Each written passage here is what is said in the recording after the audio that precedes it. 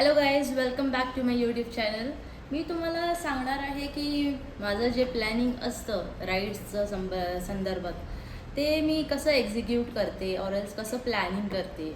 Like एक thought येतो मला मध्येच टी व्ही बघताना ऑरल्स हनुमान चालिसा ऐकताना की आपल्याला आता सगळे व्हिडिओज रिलीज झालेत, तर चला आता जरा भारताच्या दुसऱ्या कोण्यामध्ये जाऊया ऑरल्स तिसऱ्या कोण्यामध्ये जाऊया.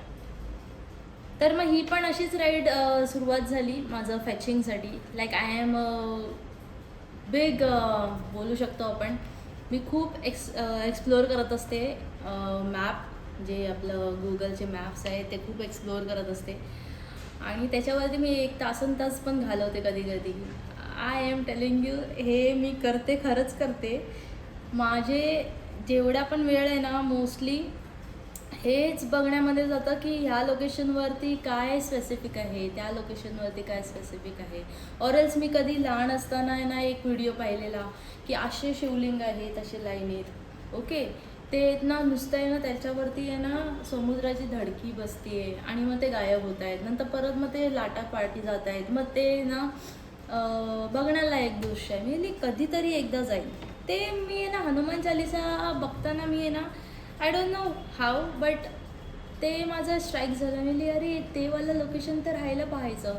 मग I started again taking information की आहे ना ते वाला प्लेस कुठे आहे जिथे ना खूप सारे शिवलिंग आहेत नाही समुद्राचं धडकी येते पूर्ण, ते लाटा त्याच्यावरती तेच.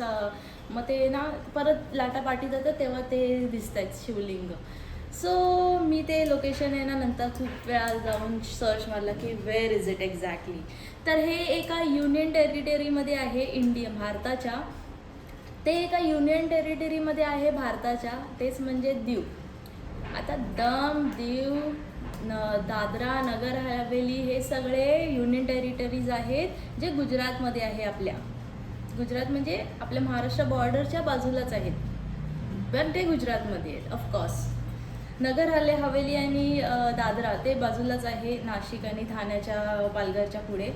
त्यानंतरला मग दमण आहे ना सुरतच्या काय ते वापीच्या पण बाजूला आहे, वापीला जाताना बाजूला आहे.